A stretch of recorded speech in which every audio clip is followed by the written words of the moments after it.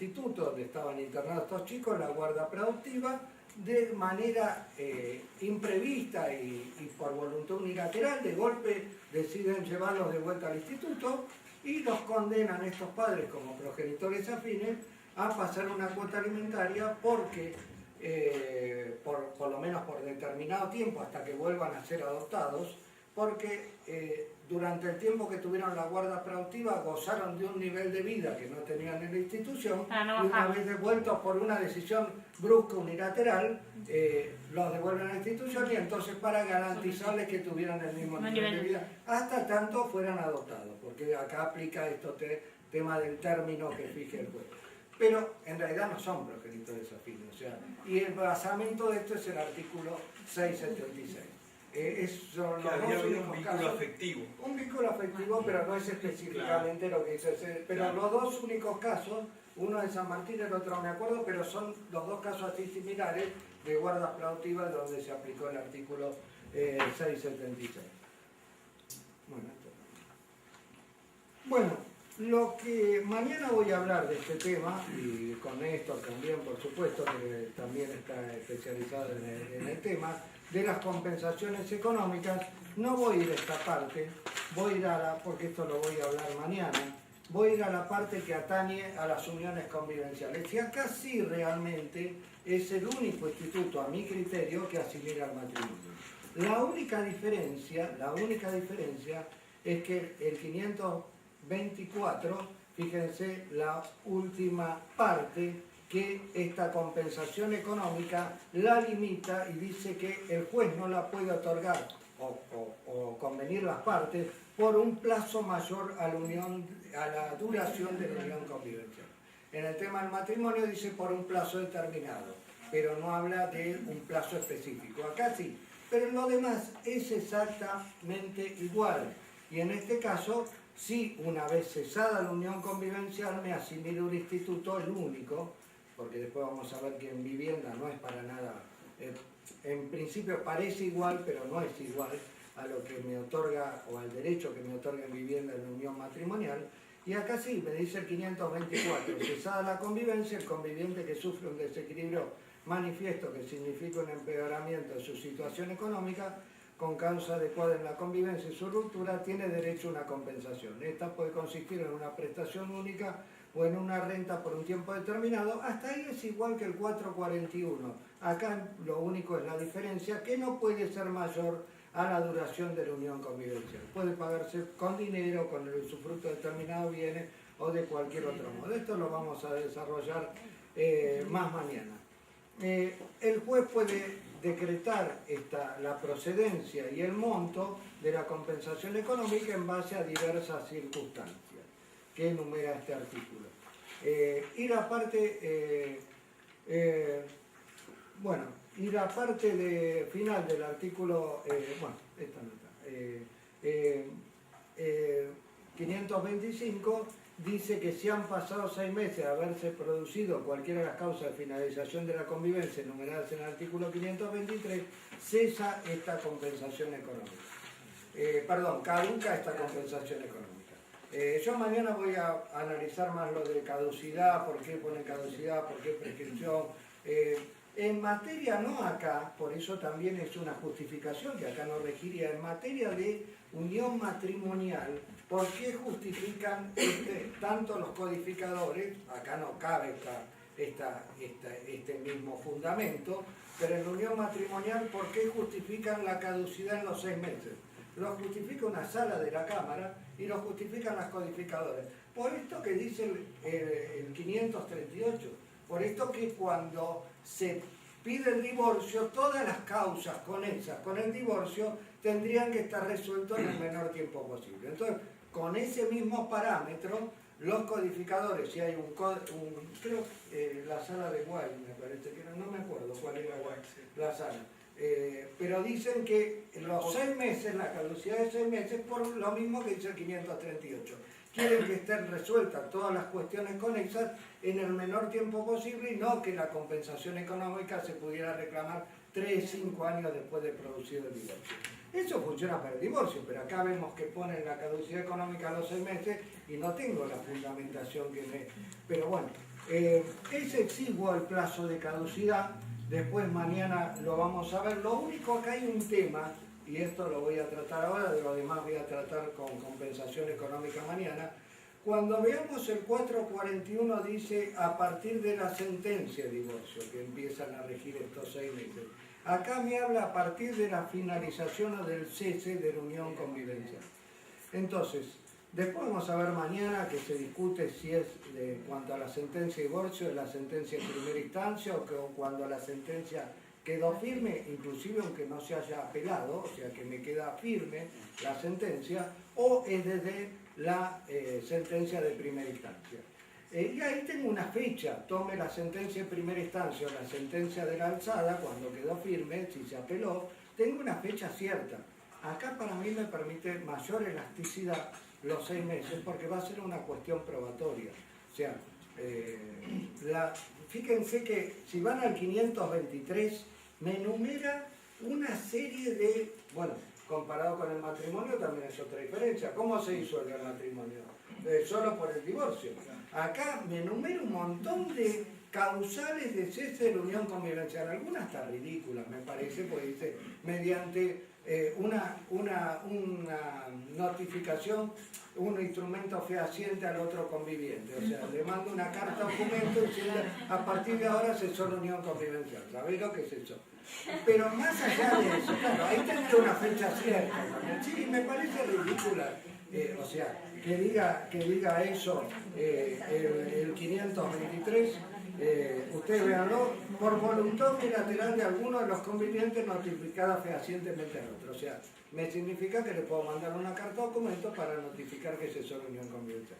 Pero más allá de estas circunstancias, es lo que hablaba también de la separación de hecho honesto. La mayoría de las veces, por más que estén todas estas posibilidades de hacer cesar una unión convivencial, va a ser de hecho el cese. O sea, se pelean, cada uno se va por su lado, uno se va y el otro se queda en la casa donde convivía, o en el inmueble donde convivía. Entonces acá me dice a partir de los 6 meses del cese caduca la posibilidad de pedir compensación económica. Con lo cual, si yo sé que pasaron más de 6 meses, yo como abogado la reclamaría, porque la otra parte me va a tener que demostrar que han pasado los 6 meses.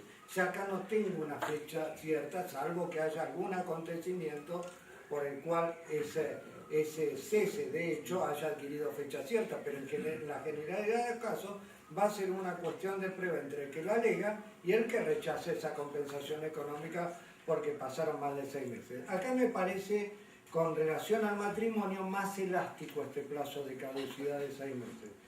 Me anticipo un poco, pero no sé cuál va a ser el resultado. El viernes pasado estuve en Jesús María y hay un planteo de inconstitucionalidad por el plazo de 6 meses. Sí, Hay un planteo de inconstitucionalidad los 6 meses. ya planteado, no está resuelto, me lo dijo la secretaria, y bueno, vamos a ver cómo, no por el tema que planteaba Néstor de que pierde la caducidad, claro, sino por el plazo. El plazo de 6 meses es muy reducido, porque en los 6 meses tiene que plantear la acción. En el caso del divorcio, es un plazo reducido, pero ahí, como decía él, hay una sentencia de divorcio. Entonces ya me evita interpretar desde cuándo, o cuándo nos separamos, porque fíjense que no es desde la separación de hecho del matrimonio, sino desde el divorcio. Entonces yo puedo estar casado, puedo estar 3 años separado de hecho, y después hacer el divorcio. El plazo de caducidad empieza por acá, por el divorcio. En la unión convivencial es 6 meses también, pero acá se introduce el problema de la discusión desde cuándo, porque el cese, salvo que sea una unión convivencial registrada, y haya cesado la registración, entonces ahí tendría una prueba objetiva. Pero la mayoría de los casos es una situación de hecho. Y en la situación de hecho puede ser una prueba casi imposible de demostrar en determinado. Digo porque muchas separaciones, cese de la convivencia, son cese de la convivencia no definitiva, que en algunos casos reanudan la convivencia, otras después de un tiempo se hace definitiva, pero resulta que originariamente no era definitiva. Entonces, ¿cómo en ese caso va a ser difícil y controvertido probar?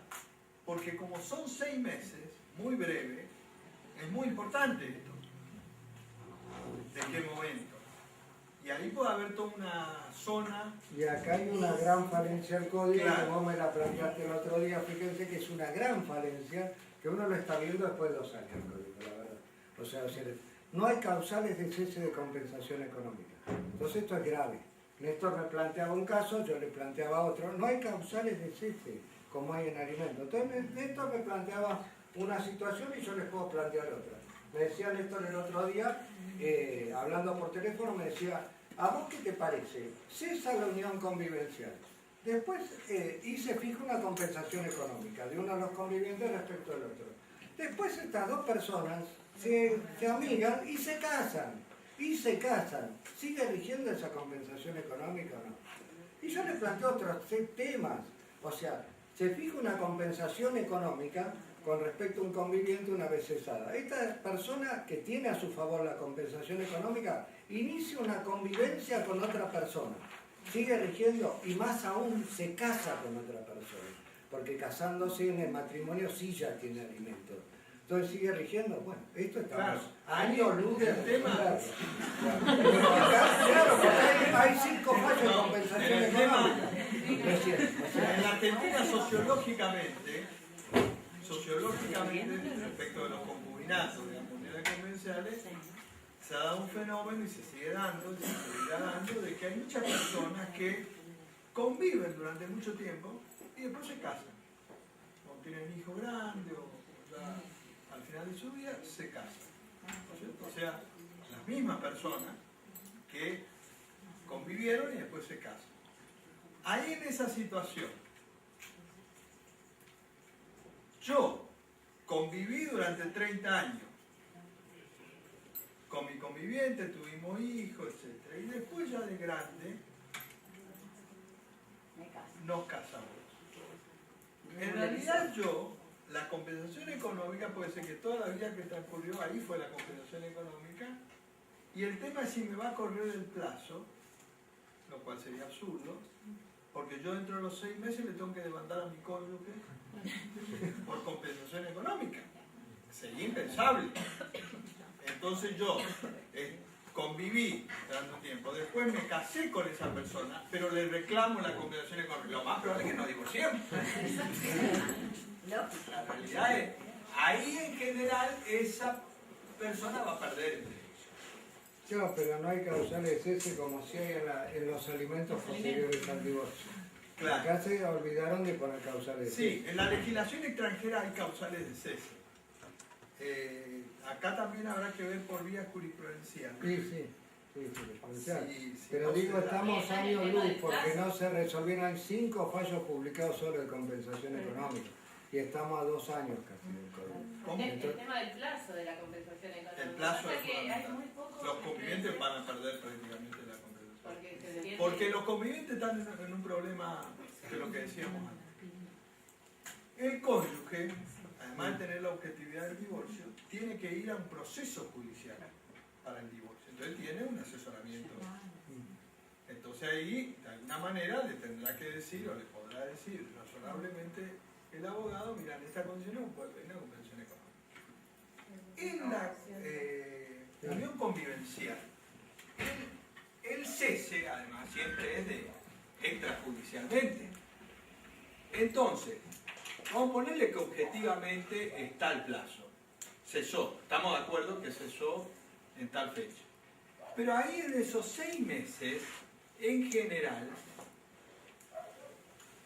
muchos convivientes van a perder el derecho porque no van automáticamente a un abogado. Tienen todo un proceso de elaboración, ni hablar si se separó en noviembre. Porque en diciembre le viene la fiesta. En enero vacaciones. En febrero hace un calor bárbaro. En marzo empiezan las clases. Bueno, yo a fines de marzo, cuando me empiezo a acomodar, me voy a un abogado y le digo, mire, yo cesé no, ya casi perdí el derecho. realidad es esta. Porque, digamos, toda persona cuando es de hecho tiene un proceso psicológico, primero para saber si es definitivo, que muchas veces no admite esa situación. Viene mi conviviente y me dice, yo te dejo por otro. Y a lo mejor yo estoy 4 meses interpretando qué es lo que me quiso decir, porque me dijo eso. En ese caso fue definitivo. Ahora, no es que yo al otro día entonces me voy a un abogado. Y digo, bueno, ahora sí me voy a ver cuáles son mis derechos. Ojalá que fuera así, debiera ser así. Entonces, en esa situación yo creo que los convivientes, y esto que decíamos, fíjense que la comprensión económica es el único derecho serio que tiene el Código sobre las uniones convivenciales, en la mayoría de los casos lo va a perder, por esta particularidad. Por el tiempo. Por el tiempo. Cuando va a un abogado, dice, ¿qué le parece? Yo me separé, ¿hace cuánto se separó? Y 8 meses. El tema que acá es grave porque los cónyuges tienen alimentos muy limitados, exactamente, pero tienen limitados relativamente, porque el inciso 2 del 434 es como el 209 y va a abarcar muchas situaciones. O sea, el que no tiene medios ni posibilidad de procurarse los alimentos, que es el típico caso del ama de casa que se queda cuidando a los hijos, o sea, no tiene una reinserción laboral por lo menos inmediata. Pero tiene, el conviviente no tiene nada. Entonces, no tiene alimentos, se le venció, se le caducó y no tiene principio de ganancialidad. Todo lo que esté escrito a nombre del otro, ella no tiene ningún derecho. Entonces queda desamparado totalmente. O sea, y cuando hay una diferencia económica entre los convivientes, muy importante, generalmente el que va a pedir la convención económica, que está en situación de desventaja respecto del otro, el otro tiene un derecho a la información muchas veces que no tiene el otro, el que tiene que aportar. Entonces yo soy un empresario, viví 20 años con una mujer, no me casé. Cuando yo me voy a separar, me separo o me voy a separar, voy a mi abogado, ¿Qué asesoraste? yo como empresario, le digo, La otra persona. yo hace 20 años que, a ver, explícame la situación. Yo le explico la situación. ¿Qué me puede pedir ella? Compensación económica. Compensación económica, sí. ¿Y por qué plazo? Y cesada la convivencia, 6 meses. En primer lugar, vamos a suponer, digo, no, yo me quiero separar igual. Fíjense que ahí yo le puedo decir a mi mujer, mira, a mi conviviente, mira, me voy. Esto se terminó, en principio se terminó. Vamos a ver después,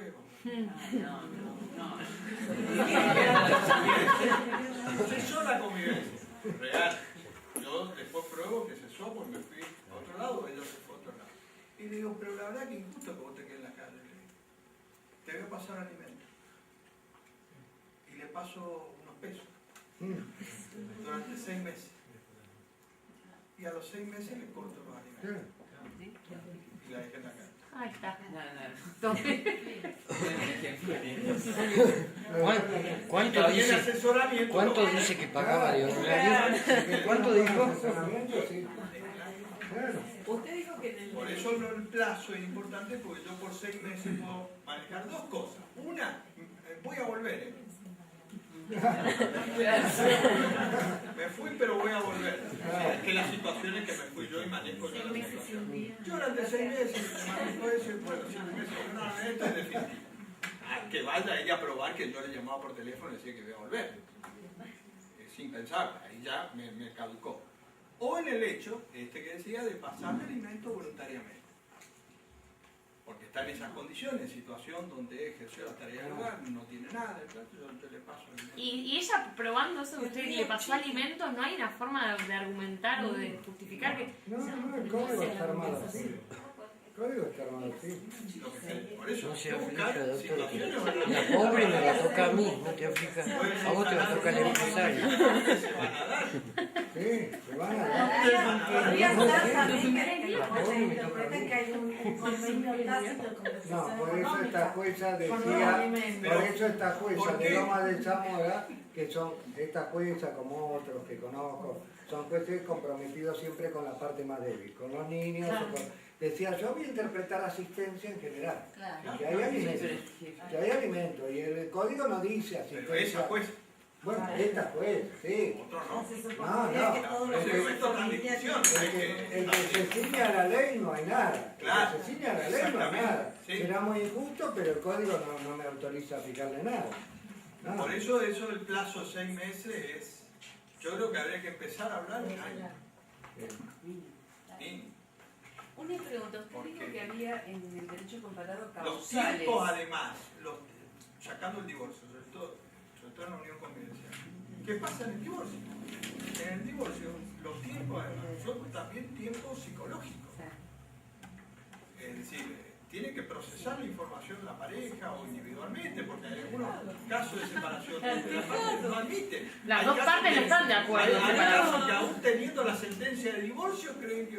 O un tiempo proporcional al tiempo de unión Exacto. convivencial, porque Esto lo dice la si son 3 psicología. meses y 1 mes se separan, bueno, como que... Claro. Ya está. Si tuviste 40 años de unión convivencial, te separás y como choqueante. 40 años son 40 años. Claro, pero esto que estoy diciendo Eso está fue avalado un por la tacho, doctora. psicología en cuanto a que el proceso interno de Gracias a mucho. después voy Eso fue un tacho. a lo legal. Ese proceso interno, en el caso de la unión convivencial, el plazo de 6 meses va a ser un plazo que la realidad es que le va a hacer perder derechos. Porque, por eso digo, salvo aquel que se fue a los dos, porque aparte dentro de los 6 meses, yo tengo que, porque también viene esta situación, que esto sí se planteó en el caso de Córdoba, de el avenimiento, en lo prejudicial, Sí, si eso, interrumpía el plazo, María que yo lo creo que trata. sí, por supuesto se dijo que sí, sobre todo en caso también de mediación, cuando hay una etapa previa obligatoria, me interrumpe obviamente. Digo porque en ese sentido había planteado dentro de los 6 meses, pero cuando planteó la demanda después, estaba después de los 6 meses. Pero sin ser la etapa prejudicial obligatoria, que en cuyo caso creo que no habría problema, porque estaría dentro del plazo. Aunque formalmente la demanda yo la haga después cuando haya fracasado, etc. Pero el tema es cuando es extrajudicial, y acá viene la otra tercera variante. Es decir, yo me voy, soy el que tengo los bienes y mi conviviente que me tiene que pedir la consejería económica. Le digo, mira, esto de ir a un abogado, le digo, la verdad es un problema. Dice, ¿por qué no hablamos nosotros? ¿Qué es lo que te puedo dar? Por ahora vos te quedas en la casa, además. Y en este caso yo puedo estar humanamente, como se da en muchos casos, haciendo o tratando de hacer un arreglo extrajudicial entre las partes. Y acá yo le puedo dilatar estos 6 meses. Porque en ese sentido ahí perdí el derecho. Porque acá tampoco no hay situación donde se interrumpe, y esto queda claro, si hay una situación extrajudicial donde estábamos tratando. Por eso digo, lo de los 6 meses yo tengo que iniciar judicialmente.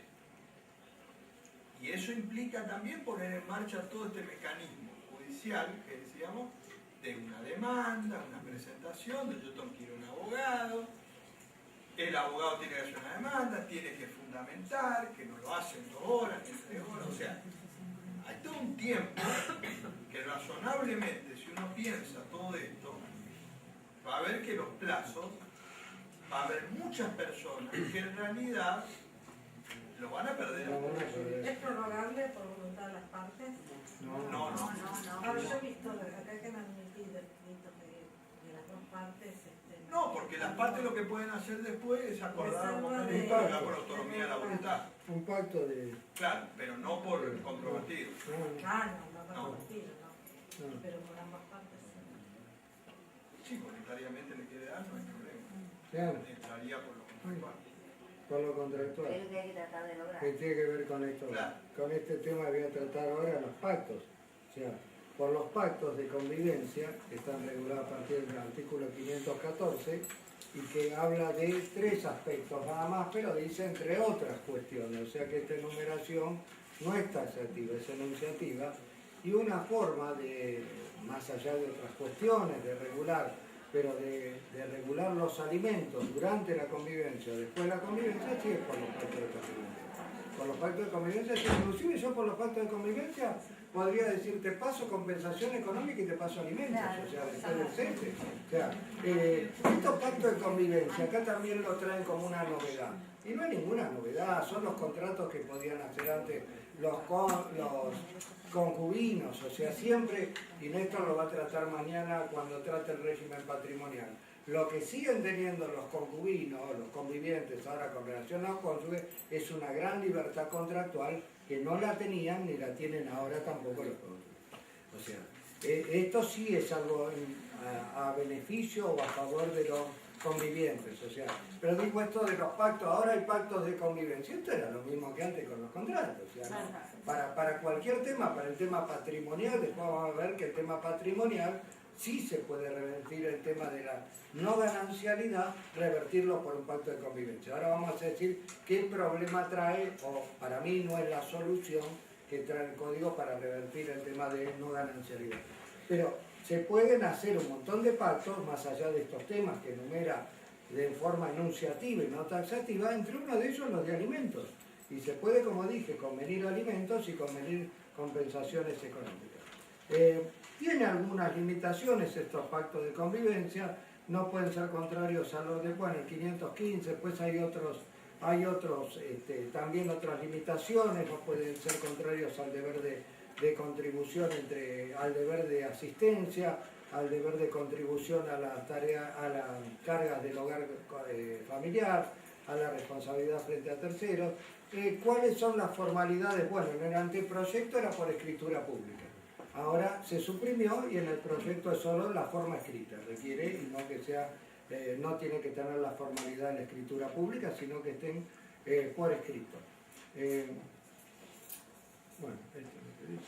Bueno, no pueden ser contrarios a estos artículos 519, 520, 521, 522, pero más allá de eso, los pactos convivenciales pueden tener por objeto cualquier cuestión que los convivientes quieran regular dentro del aspecto patrimonial o extrapatrimonial. Y acá están las limitaciones que tienen, que no pueden ser opuestos al deber de asistencia durante la convivencia, a la obligación de contribuir a los gastos domésticos de conformidad con lo dispuesto en el artículo 455, a ser solidariamente responsables por la deuda que uno de ellos hubiera contraído con terceros en cuanto a determinadas deudas que enumera el artículo 461, y tampoco pueden ser opuestos a la protección de la vivienda familiar. Más allá de esto, los pactos convivenciales pueden ser libremente convenidos, valga la redundancia, entre ambos convivientes. Bueno, acá el artículo 516 dice una cosa que no es cierta, porque si no, no se regularían los pactos convivenciales para después del cese. Dice, el cese de la convivencia extingue los pactos convivenciales de pleno derecho hacia el futuro. Y esto se lo contradice el propio artículo 528, que dice que los convivientes se podrán distribuir de otra manera los bienes adquiridos durante la convivencia por pactos convivenciales. Y la atribución está justamente para el momento en que cesa la convivencia. O sea, que esto no lo tomen en cuenta. Inclusive yo puedo convenir alimentos y no compensación económica para el cese, y esto que dice el 516 en su última parte, en realidad está errado, porque puedo justamente hacer pactos convivenciales para la convivencia o que empiecen a regir a partir del cese de la convivencia. Yo quiero ir al tema de esto, de los bienes adquiridos y la no ganancialidad de los bienes adquiridos durante la convivencia. Y acá el código, como dijo Néstor, no me soluciona. Yo ejercí la profesión, ahora no la ejerzo, pero durante varios años. Y cuando venía la concubina en ese momento, no venía con la vocación sucesoria ni con los alimentos. Venía con todos los bienes que se habían adquirido durante 20 años y estaban a nombre del otro concubino. Entonces, había que ir a algunas figuras que era cuestión probatoria, algunas muy difíciles como la sociedad de hecho, de probar para derribar esta titularidad exclusiva de uno de los concubinos en ese entonces, y que en cierta medida, no digo un 50 o un 50, pero se atribuyeran de forma por lo menos equilibrada de acuerdo a los aportes que cada uno había hecho. Yo cuando salió el nuevo código y escribí mi libro de uniones convivenciales, con Néstor, él como titular y yo como ayudante, un curso de CPO, damos uniones de hecho hace más de 15 años. Y fui a fijarme en los fallos, a ver si me servía alguno. Me servían todos los fallos, porque no había cambiado nada, me servían todos los de sociedad de hecho, de O comunidad. sea, de lo que interés. dice el 528, lo que dice la jurisprudencia hace 140 años. Claro, O sea, no tiene derecho para el claro. No tiene, no O sea, tiene que ir por la vía común.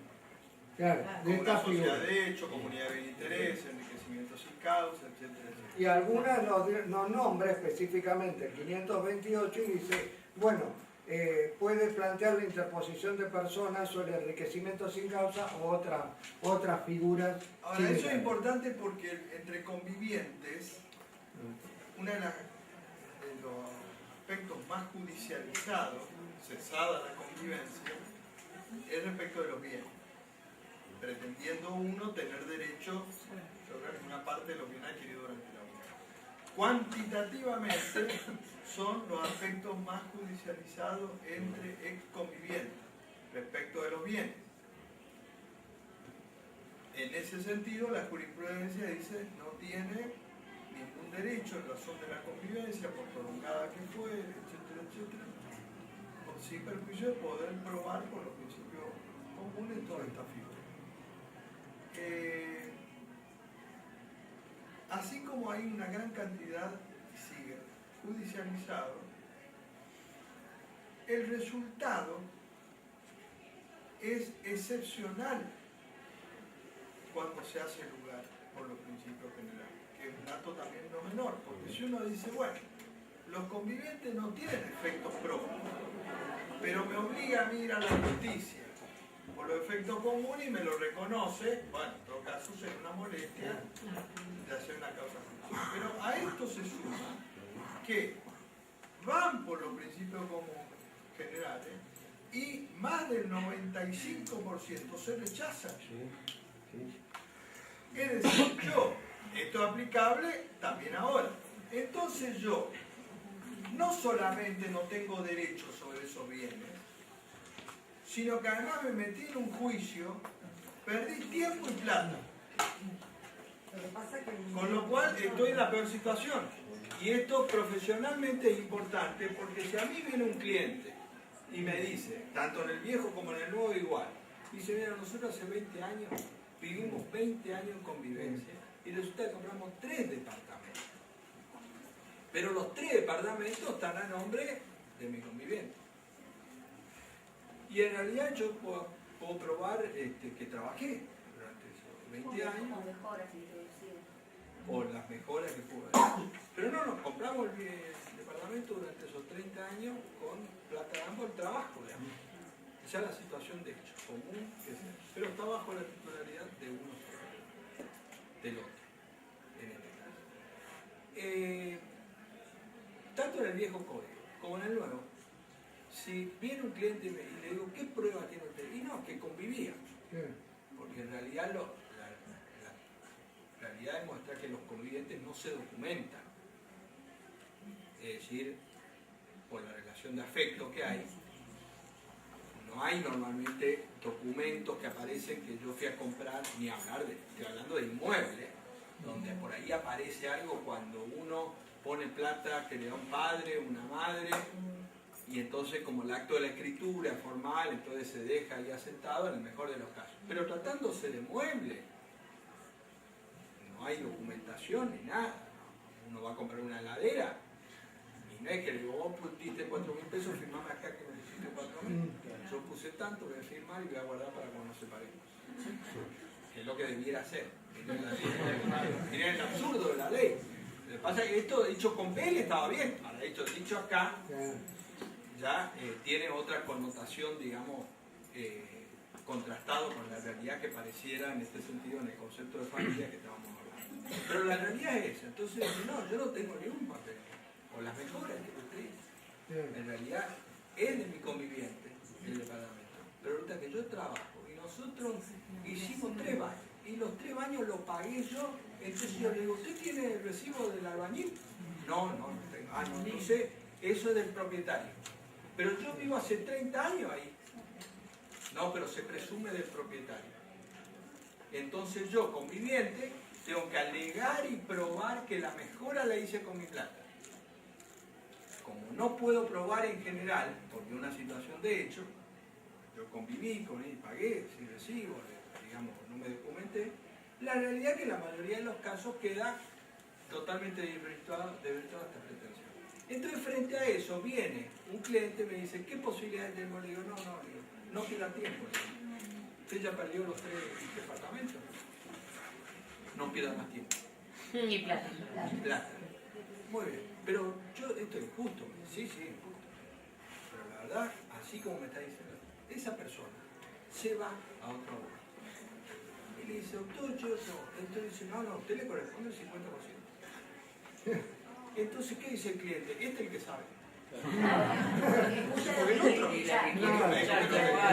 Entonces el abogado lo mete en un juicio. Presumo que debe ser así porque digo, hay tanta cantidad de juicios que debe ser porque le dice al cliente, no, mire, nosotros le vamos a sacar 50%.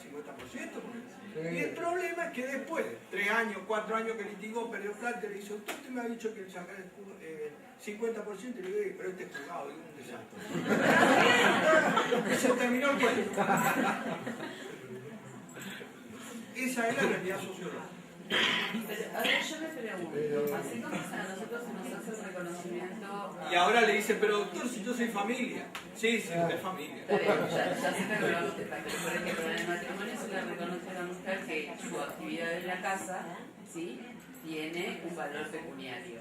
Sí. En el de la concubina, ¿eso está reconocido? ¿Cómo? Eso está reconocido ¿Cuál? también, por ejemplo, la labor en la casa. Si yo me pasé 30 una compensación económica. Hasta los 6 meses después de hasta jubilación de eso solo, o sea que no, nada. Es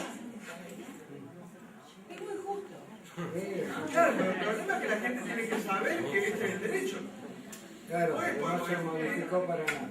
Lo único que modificó el código, porque el 528 que me dice, lo que pasaba antes, que al momento de la ruptura de la unión convivencial, los bienes adquiridos durante la convivencia se mantienen en matrimonio al que ingresaron, y acá me da la aparente solución, me dice, no, pero acá le damos la solución, salvo pacto en contrario, salvo pacto convivencial contrario, pero no es la solución.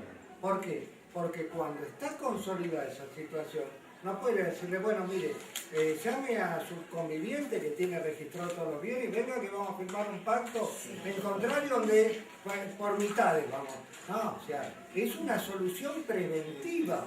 Yo lo tendría que hacer antes de adquirir, no de formar la unión convivencial, de adquirir el primer bien. Cuando adquirieron 3 o 4, a nombre de uno no va. ¿Y qué pasa? La gente no viene a los abogados, menos una unión convivencial con un criterio preventivo, viene cuando ya tiene todo el problema. Entonces la solución que me da el código, pues el código me dice, no, yo le doy la solución. El pacto de unión convivencial que diga lo contrario a lo que dice el 528. Y si fuera así, inclusive tendría una libertad contractual mayor que lo que va a decir el doctor mañana de las uniones convivenciales, porque yo podría en cada bien en particular, si se pudiera efectuar ese pacto, podría tener una atribución de un 70, un 30, un 80, un 20, otra cosa que no lo puedo hacer. Pero esa es la solución que me da el código, pero en la práctica es irrealizable, porque eso tiene que ser preventivamente. Entonces, no me lo soluciona el código. También me habla de la administración y me dice lo mismo, que el que tiene a su nombre los bienes es el que administra. Pero el tema de la administración a mí no me significa tanto como me significa el tema de la distribución o la atribución de los bienes. ¿Cuál es la solución para mí? La compensación económica. Que el código no la trae específicamente, pero para mí es la solución a este tema. ¿Por qué? Porque yo acá no voy a tener que demostrar aportes ni en pecuniario ni en especie. Voy a tener que demostrar un desequilibrio económico objetivo. Entonces acá para mí es fundamental la compensación económica en las uniones convivenciales más que en las uniones matrimoniales. Es la única herramienta que el código, sin quererlo, porque el código como solución me puso el pacto convivencial, sin querer me puede solucionar este tema. Si no, voy a tener que recurrir a los institutos de siempre, que es una cuestión muy difícil de prueba, sobre todo algunos como la sociedad de hecho, aunque hay un último fallo que admite por sociedad de hecho, es una cosa rara, sino generalmente estaban dando por condominio antes de la sanción del código. Pero cuando hay elementos de prueba. Claro, sí, Realmente pero cuando eso, hay un acá giro es societario, una probanza, voy a tener que demostrar un desequilibrio económico, pero objetivo. Si yo libro oficios, un registro de propiedad inmueble, y uno tiene 20 inmuebles y el otro no tiene registrado nada, hay, y durante el tiempo, por supuesto, escriturado durante el tiempo de la unión convivencial, hay un desequilibrio económico. ¿Podrá dar lugar a situaciones injustas? Sí, puede ser. Puede ser que realmente el que aportó los medios económicos sea el que tiene registrado su nombre, pero en el 99% de los casos no va a ser esta injusticia. La injusticia va a ser que uno solo tiene registrados los bienes que se adquirieron con aporte de los dos. Por ahí no son similares los aportes, quizás no, pero son con aporte de los dos. Entonces, para mí, el código, sin quererlo, me soluciona el tema con la compensación económica. Y de hecho ya se está planteando el tema, porque es la manera, después lo que me falle el juez es otra cosa, pero por lo menos en el planteo y en el tema probatorio para el abogado es mucho más fácil. Siempre, lógicamente, tenemos la limitación de los 6 meses, que como digo siempre, en el caso del divorcio, que todos me dicen 6 meses a partir de la sentencia. ¿Y para qué lo voy a plantear después de la sentencia? Lo planteo en la primera instancia judicial en materia de unión matrimonial. ¿Para qué voy a esperar que me decreten la...? Yo lo planteo, después queda planteado, porque el tema de la unión, de la compensación económica, es el planteo, no es el otorgamiento a los 6 meses. Entonces, yo cuanto antes lo plantee, mejor. Después me lo otorgará el juez, no me lo otorgará tanto en las uniones matrimoniales como convivenciales, pero lo importante es plantearlo. Yo creo que el tema que me soluciona este problema, que es muy grave, el de la no presunción de ganancialidad, es el de la compensación económica. Doctor, le hago una consulta. La compensación económica para el conviviente podría ser en caso que haya mucho desequilibrio en la cantidad de bienes adquiridos a nombre de uno, en especie, en vez de ser el dinero en efectivo. ¿Cómo sería? En vez de ser una indemnización, que sea una compensación económica con la atribución de bienes a nombre de uno de los mayoría convivientes. Sí, podría ser. Sí, porque por convenio puede ser de cualquier forma y modo. Igual, Sí, no es solo los bienes registrables, porque el código también enumera en el 528 los bienes no registrables que posee cada uno, o sea que puede ser que no haya demasiados bienes registrables en cuanto a la evaluación, pero haya muchos bienes no registrables que pueden tener un valor económico considerable. O sea, pero para mí esto, sin quererlo el código, me lo soluciona. Yo iría por ese camino, por lo menos intentaría por ese camino. Los otros institutos que nombró el doctor, que vimos acá, no tienen un plazo de caducidad. O sea que si me deniegan la compensación económica, iré por los otros que son de mucho más difícil probanza. Bueno, el código, como dije, no trae los derechos del matrimonio, pero sí trae todas las obligaciones.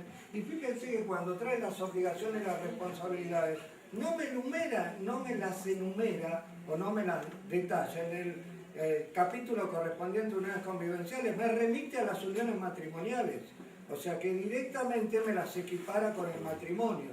Y una de ellas es la contribución a los gastos del hogar convivencial, que se encuentra en el artículo 520, que como digo, me remite al artículo 455 para describirme o enumerarme cuáles son esas obligaciones a la contribución de los gastos del hogar convivencial o del hogar familiar en realidad, que son el contribuir a su propio sostenimiento, contribuir al sostenimiento de los hijos comunes, contribuir a la necesidad de los hijos menores de edad con capacidad restringida o con discapacidad de uno de los convivientes que convivan con ambos. Y este último artículo me genera una obligación de sostenimiento y una obligación alimentaria anexa al artículo 673. Lo que pasa es que hay una diferencia. Siempre la marco tanto para las unidades convivenciales como para las matrimoniales. Acá la responsabilidad es directa, no es subsidiaria, no me está hablando de subsidiario a alguien. Lo que pasa es que acá tienen que convivir con los convivientes.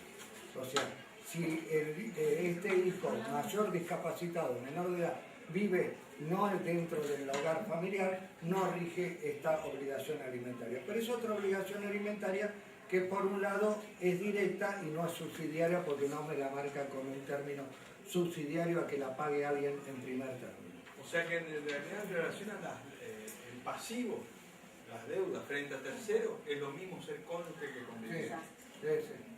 Con respecto a las cargas y contribución, es lo mismo. Lo que cambia son los derechos. Que es lo que tenía que cambiar. Entre los derechos le dice cásese. Somos familia. Si no se casó, Jódase. bueno, Yo cuando he dado esta no, charla, en realidad, ojo, si viene un cliente hoy y me dice, doctor, yo quiero protección de derechos, en vida y después de la muerte, ¿qué hago? Cásese ya. sí, La realidad, sí. porque un pacto de convivencia que pueda hacer el que tiene plata, si se sienta a hacer un pacto de convivencia con el otro, ¿quién me pone las cláusulas? El que tiene Nadie plata. Eso está claro. Yo a lo que voy es el derecho que va a tener esa persona que quiere tener por la convivencia, independientemente de la voluntad del otro, si le quiere dar, no dar una donación o lo que fuere, eso aparte, como cualquier otra persona. Tengo que saber esta gran diferencia que hay con respecto a los derechos, porque sigue habiendo una diferencia sustancial. Fíjense que antes el proyecto código es del Poder Ejecutivo. Si bien pasó por la Cámara, no se debatió ni en el Senado ni en el Diputado. Como ustedes saben, fue a libro cerrado. Porque querían hacer introducción y reforma, y dicen, no, esto es así. Se aprueba a libro cerrado. Es decir, el texto originario,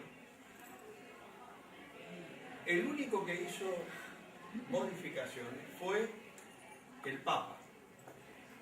No Bergoglio, sino el Papa.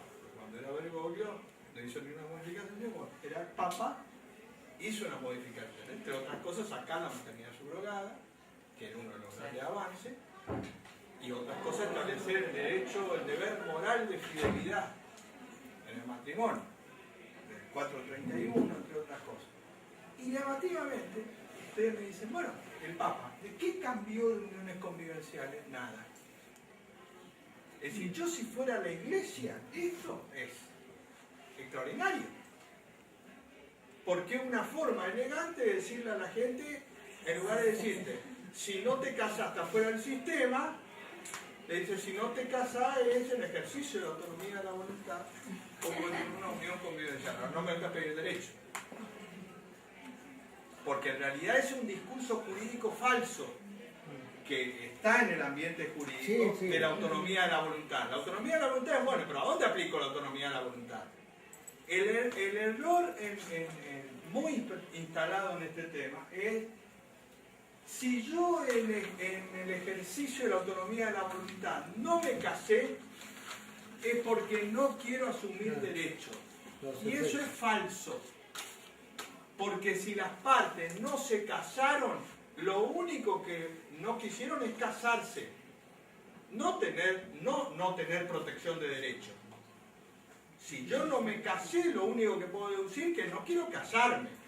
Ahora vayan a preguntarle ustedes a los convivientes que no se casaron, si es que ese ejercicio de la autonomía de la voluntad es para que el Estado no le dé ningún derecho. Es más, ellos creen que tienen derecho.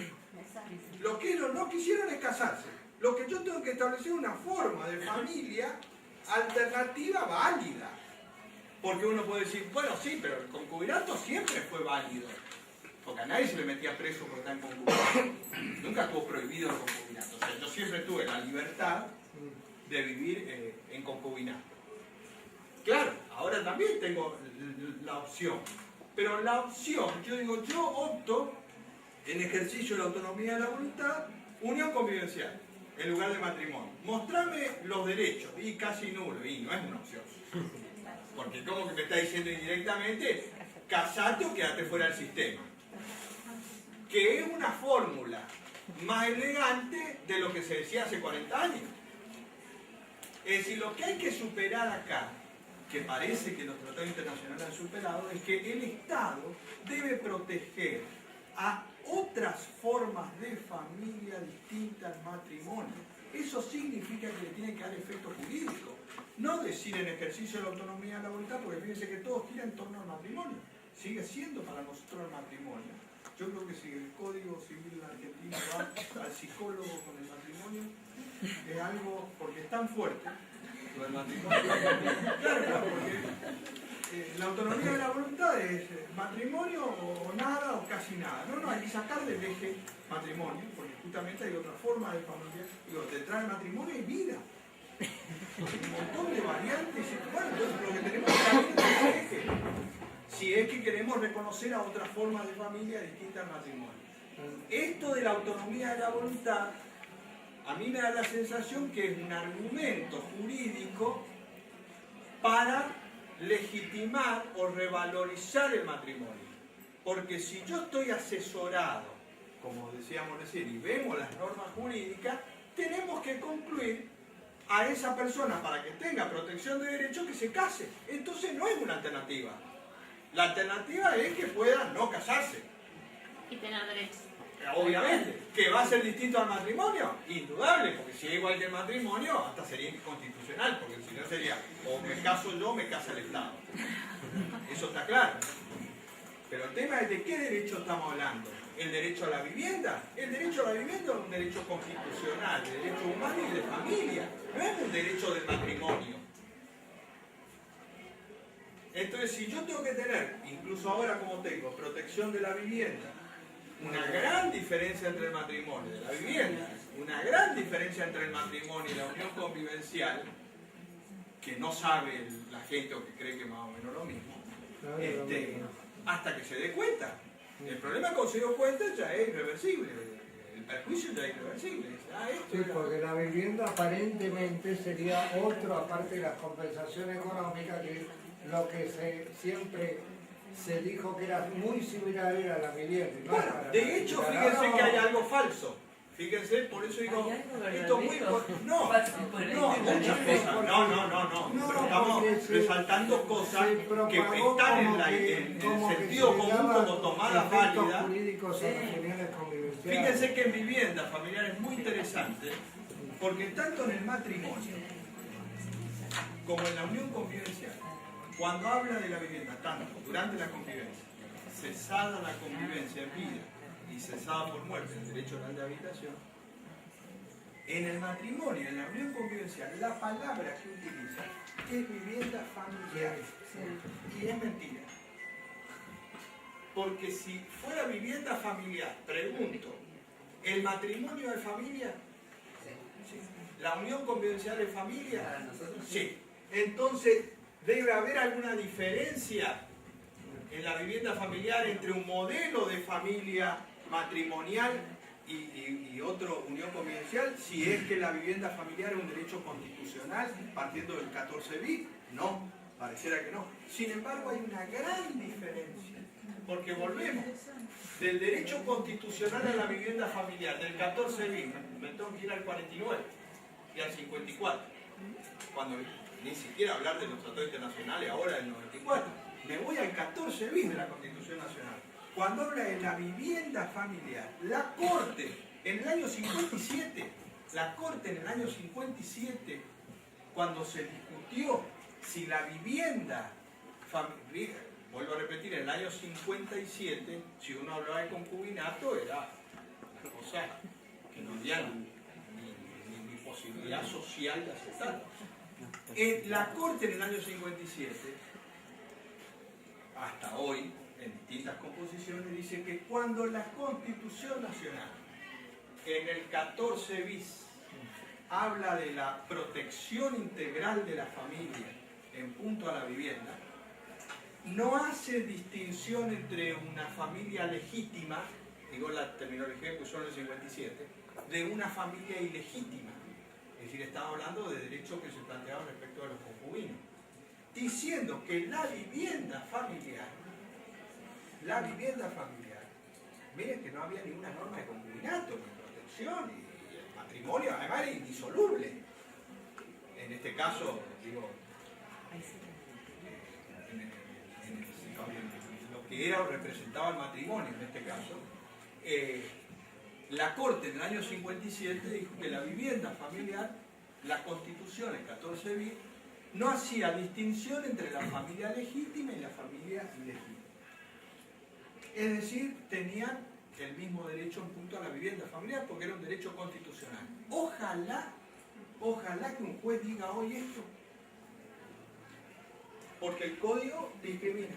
Ahora, la discriminación está en este artículo que dice que en la atribución del uso de la vivienda que se va a atribuir a uno de los convivientes si ese conviviente tiene a su cargo el cuidado de hijos menores de edad con capacidad restringida o con discapacidad, o si ese conviviente acredita de extrema necesidad.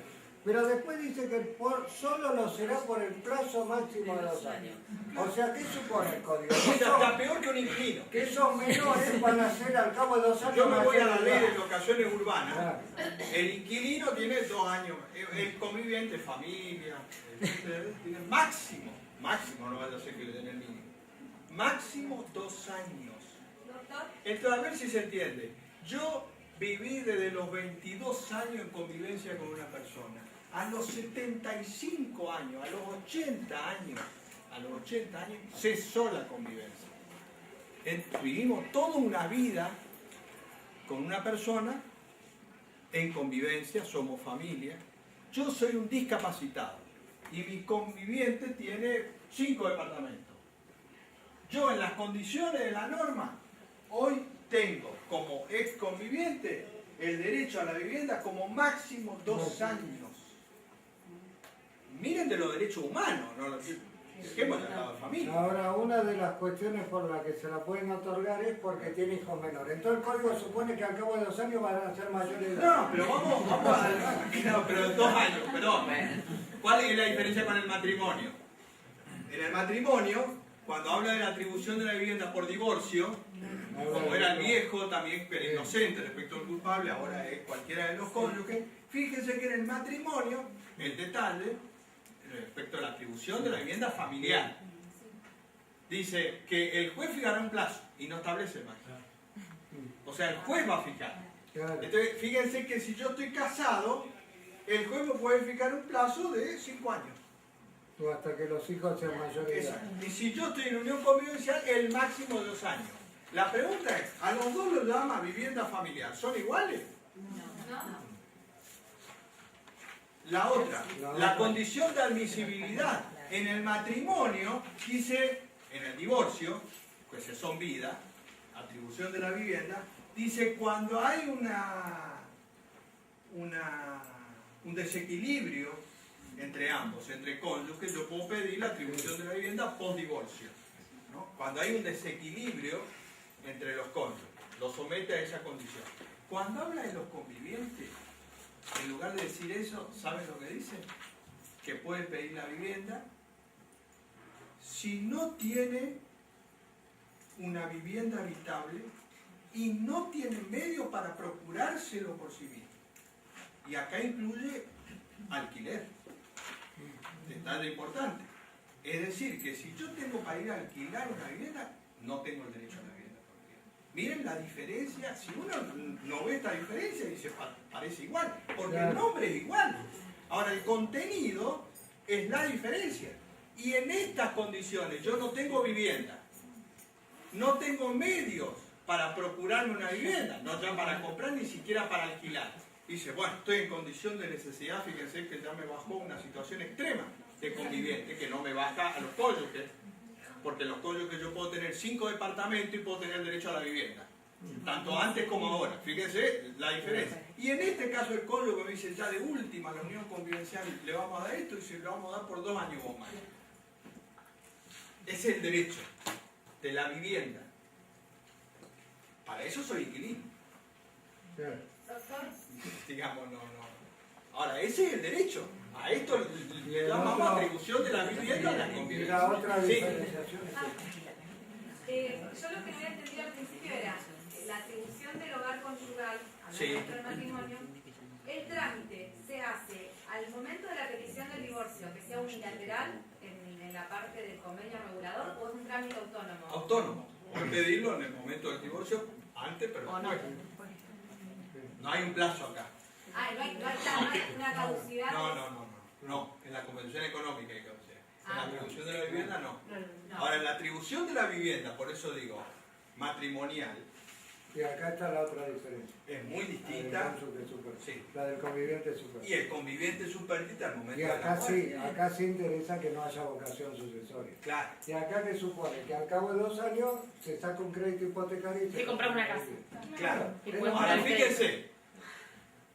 fíjense, el código dice, y así se dice, el código dice, bueno, el mismo derecho real de habitación del cónyuge supérstite ahora tiene el conviviente supérstite. La palabra es extraordinaria. Ahora yo le voy a leer el derecho real de habitación del cónyuge supérstite, que está en el 2383. ¿En qué consiste? ¿De qué estamos hablando? Que lo tenía, al derecho real de habitación del cónyuge, y lo tiene. ¿No es cierto? Dice, ¿en qué número? 2383 dijo derecho real No, de no, habitación del no. cónyuge supérstite. 24,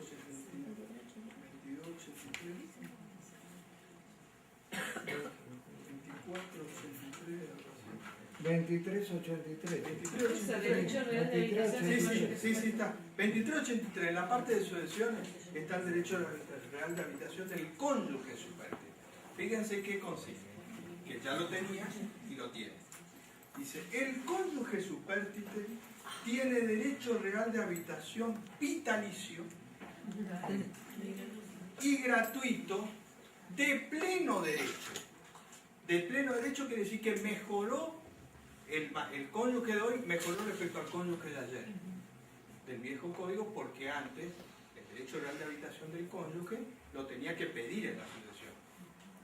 Ahora lo tiene de pleno derecho. O sea que el cónyuge, yo si estoy casado, mejoré mi situación respecto de esto, de este derecho, que ya lo tenía, pero ahora lo tengo primero porque es de pleno derecho. Y dice, sobre el inmueble de propiedad del causante, que constituyó el último hogar conyugal, y que a la apertura de la asociación no se encontraba en condominio con otra persona. Este derecho inoponible a los acreedores del causante. Punto aparte, se terminó. ¿Qué desapareció? Por la cual significa una mejora respecto del viejo cónyuge. Desaparecieron las causales de exclusión. Esto es muy importante porque en el viejo código yo si concurría en injurias graves, vivía en concubinato o me volvía a casar, perdía el derecho real de habitación. Hoy no. O sea, si hoy yo enviudo a los 30 años, mi hijo, que se brome.